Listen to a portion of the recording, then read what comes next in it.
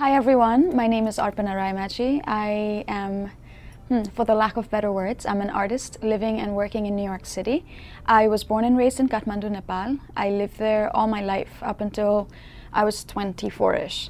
And I came to New York to pursue my dream of going to an art school.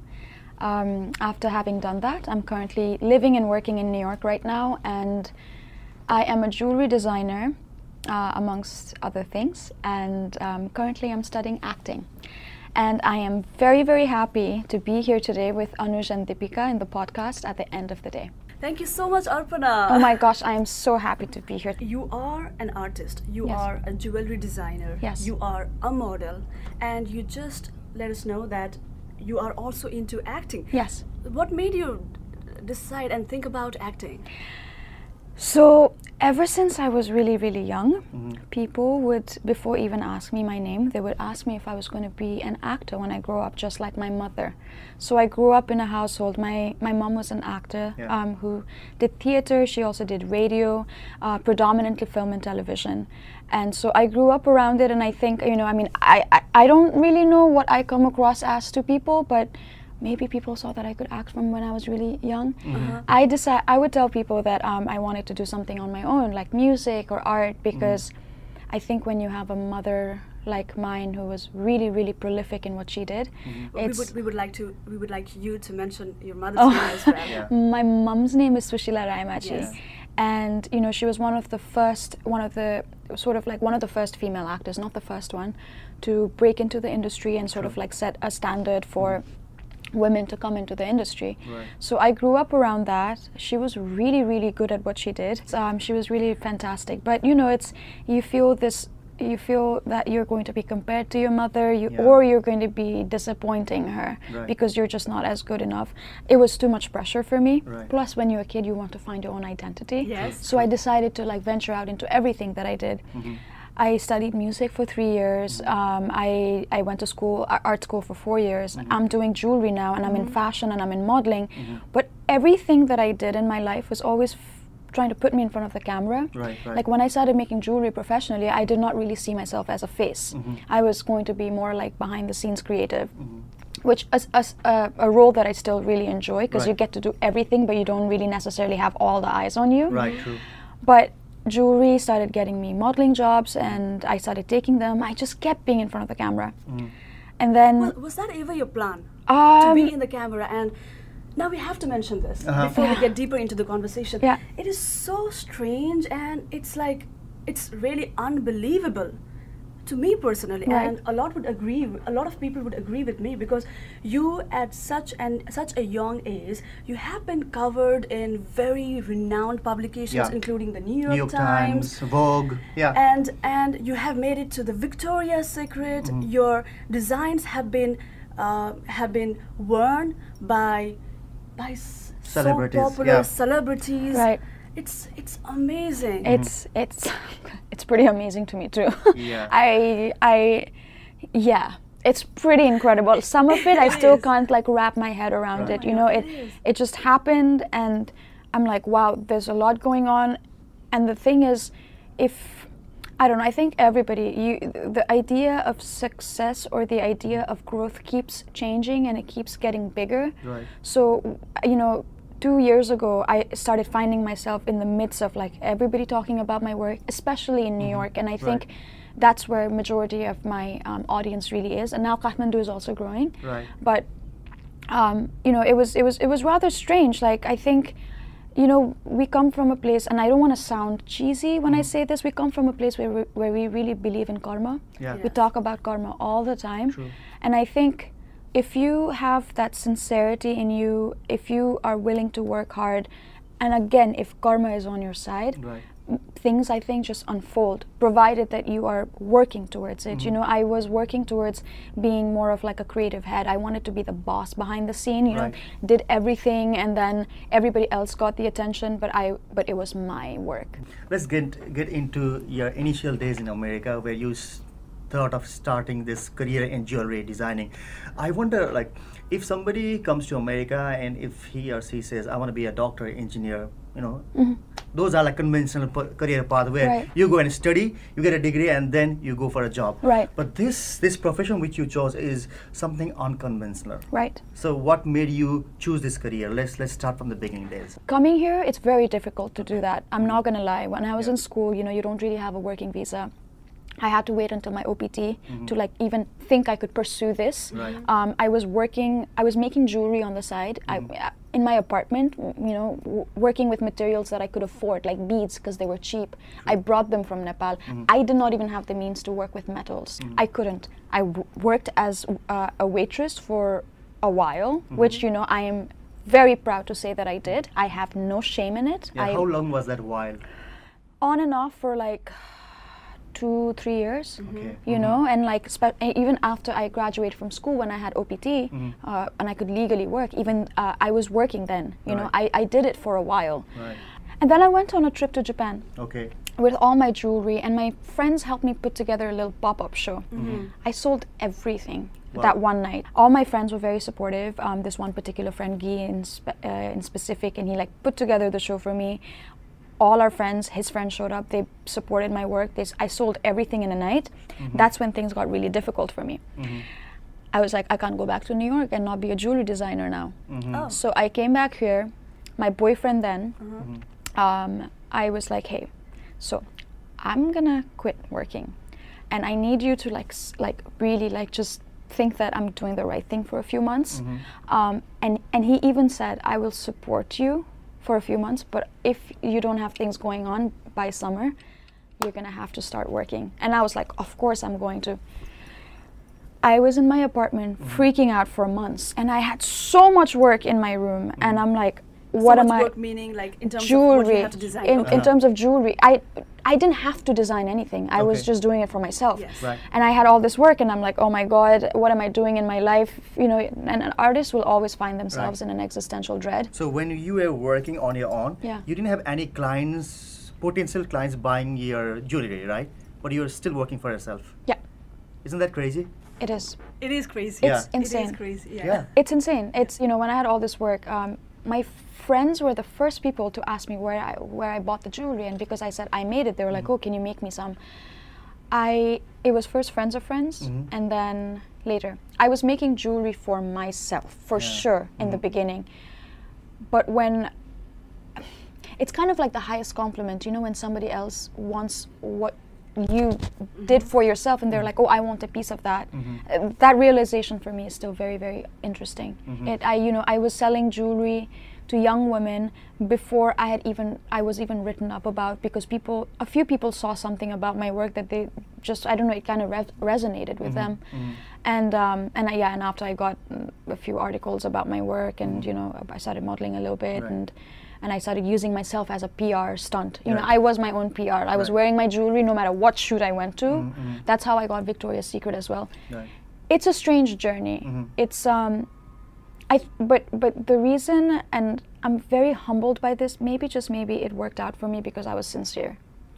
I wasn't trying to do anything other than what I knew how to do. You know, if you were in Nepal, and for Nepalese people who know that you are a celebrity child, the first assumption would be that, okay, so she's a celebrity child, she already has that connection in the US.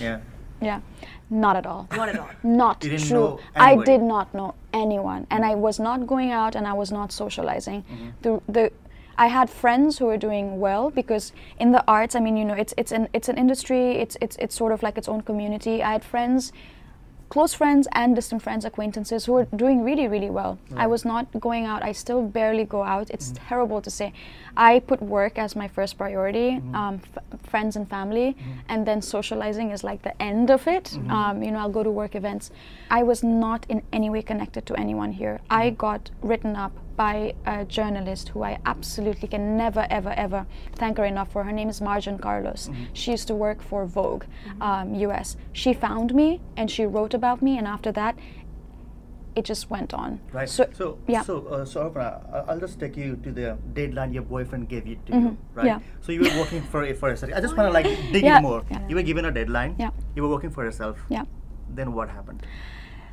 Oh my God, I got so fortunate. Okay. I was starting to run out of money. He really, really believed in me. That's part of the reason why I am doing what I'm doing. I think if I did not have the support, I would probably... How does life work? You know, it's life works in strange ways. I have no idea, you know, but he's my biggest support ever. And it was hard.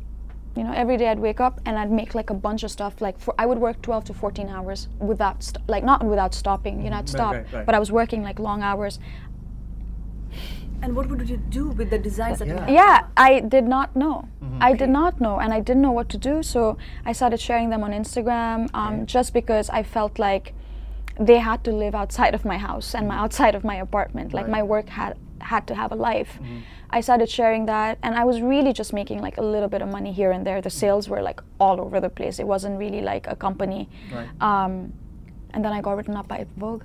Okay, you were sharing your work on Instagram. Yeah, but barely when I got written by Vogue. I still was building enough work to put it out there, but I started getting written up as I was already uploading my work. This was late 2015 when I was still in school. The deadline's weird. If it hadn't worked out, it wouldn't have. I don't know where I'd be. Right. It's literally like I have some sort of blessing. Yeah. Right. Yeah.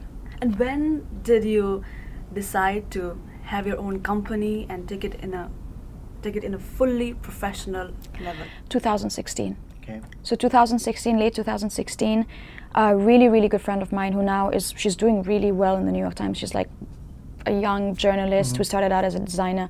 She really believed in me too. Very unusual. This one was really unusual because she's like, Arpana, I'm going to help you build a website, and she's super talented. She's like, Jessia, her name is Jessia. But she's like, I'm going to help you build a website. I'm going to do a photo shoot with you. I really believe in your work, And she really believed in my work. And it's like, you know, somebody that I went to school with that I didn't even realize she saw me in a certain way. And because of her, I had like a first launch of my site, and I started putting myself out there. I've literally been blessed by some people. I have no idea why they've taken a liking to me. It's karma. Yeah.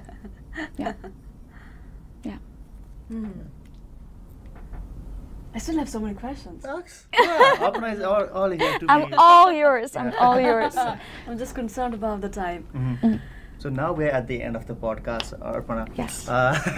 Whoa. No. I was just trying to keep the energy up. No. I'm so sorry. No. You can't stop now.